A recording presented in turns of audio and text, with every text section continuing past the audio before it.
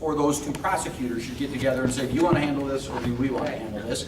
And they should work together and decide it and probably prosecute the person once. Ideally, But they don't, ideally, that's the way it would work. And sometimes that's the way it is work. Sometimes, sometimes that's the way it does work. The tribe says, we're gonna handle this, and the feds say, okay, that's good. Or the feds say, hey, we're gonna take this, and the tribal court says, okay, then we're not gonna punish our member twice. That's fine.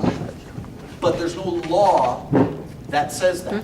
There's no law, because if there was a law, then there'd be a whole fight over, well, if both sides want to take the case, which jurisdiction is more competent, which jurisdiction is better, which jurisdiction has the, and that creates a whole nother mess. So what the law has said is, each court gets to enforce its own laws.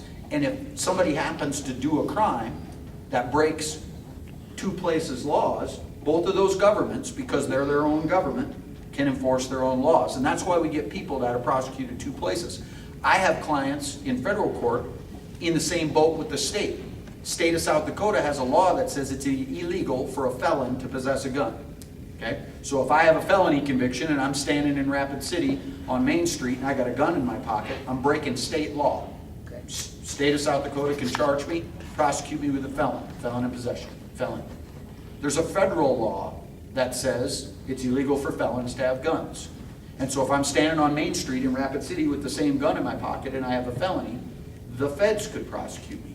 Sometimes the feds and the state get together and they say, well, you take them or you prosecute them or we'll prosecute them. But sometimes I have clients that go to federal court and they get prosecuted for felon in possession, and the state doesn't like what happened or whatever, and the state turns around, prosecute them for the same thing. Not double jeopardy, because it's two governments, the state government and the federal government.